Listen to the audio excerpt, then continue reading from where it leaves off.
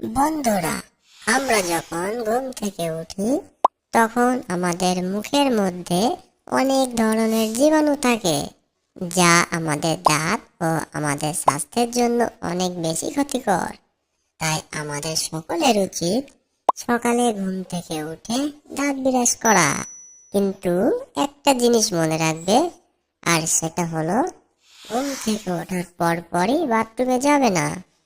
ঘুম থেকে উঠে বিছানায় 5 মিনিট বসে থাকবে, কারণ ঘুম থেকে ওঠার পরই আমাদের মস্তিষ্ক কিছুটা দুর্বল হয়ে থাকে।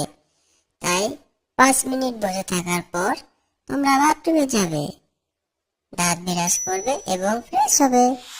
তারপর সকালে নাস্তা করবে এবং স্কুলের ইউনিফর্ম পরে স্কুলে চলে যাবে। ধন্যবাদ তোমাদের সকলকে। ভালো থেকো সবাই। টাটা।